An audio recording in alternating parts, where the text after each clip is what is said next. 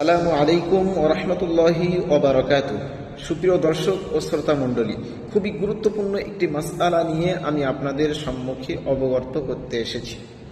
মাসআলাটি হলো এই: কোনো ব্যক্তি ওযু করলেন, ওযু করার পরে তার মুখের বর্ণ গলে গেল এবং সে বর্ণের পানি বা রক্ত বার হলো। এখন সেই ব্যক্তি সেই বর্ণের পানি বা রক্তটা মুছে নিলেন।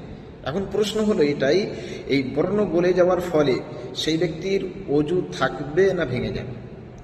এই মাসআলার ব্যাপারে ওলামাই কেরামগণ বলেছেন যে ওই বর্ণের পানি বা রক্ত বার হওয়ার পর যদি সে জায়গায় জমে থাকে, সেক্ষেত্রে আপনার ওযু করার প্রয়োজন নেই। কিংবা আপনি যে পানিটা মুছে নিয়েছেন বা রক্তটা মুছে নিয়েছেন, সেটা যদি ওখানে থাকতো তাহলে গড়িয়ে যেত না, সেক্ষেত্রে ওলামাই কেরামগণ বলেছেন আপনার ওযু করার প্রয়োজন নেই।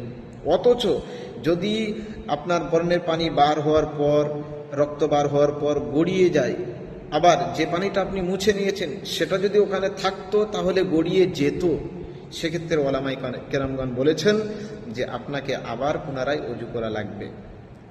আল্লাহ পাক রব্বুল আলামিন আমাদের সকলকে সঠিকভাবে ইসলামকে বোঝার তৌফিক দান করুন।